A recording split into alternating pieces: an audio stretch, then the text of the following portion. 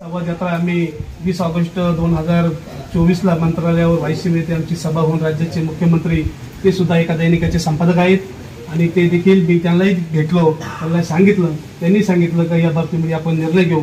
तर त्यावेळेस आमच्या मागण्या, तुम्ही सरकारमध्ये आहात, 20 तारखेच्या याला तुमचा आम्हाला पाठिंबा द्या. राज्यभरातील 27,000 पत्रकारांची आमची संघटना आहे. निर्णय काय फक्त एकटा विश्वासार्ह का वसंत मुंडेंचा नाही, सर्वांसाठीच घ्यायचा आहे. आम्ही देखील त्यामध्ये विषय घेतलेला आहे. पत्रकारांची व्याख्या अजून सरकारलाही करता नाही आली, कुणालाच करता नाही आली.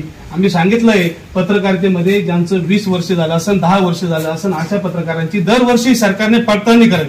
आमचं जिल्हा माहिती कार्यालय उपसंचालक आहे. पत्रकार नेमके कोण? आज युट्यूबचा, सोशल मीडियाचा जमाना आलेला आहे.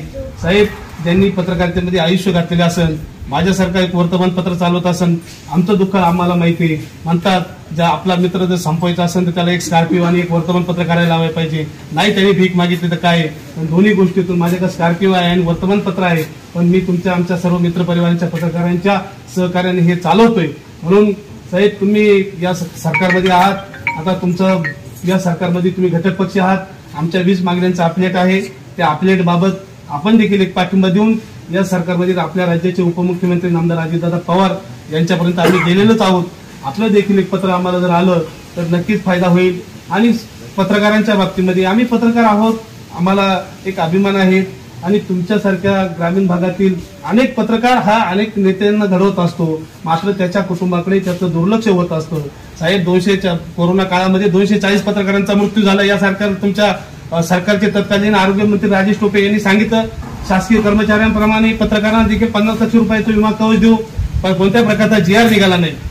आणि त्यामुळे त्या काळामध्ये आमच्या पत्रकार संघाचे सभासद असो नसो, आम्ही 240 पत्रकारांच्या कुटुंबियांना आर्थिक मदत करण्याचं काम आम्ही केलं. मग ह्या बाबतीमध्ये अनेक जण मला म्हणतात तुम्ही उपक्रम राबवतात, एवढं येतं कुठून? साहेब, येतं कुठून याचं सांगण्यापेक्षा काम करत असताना देणाऱ्यांचे हात हजारो असतात. म्हणून हे काम आपण करत असतो. पंढरपूरची यात्रा असो, कोणतेही असो, तिथं आपल्याला जे करता येईल ते करत असतो.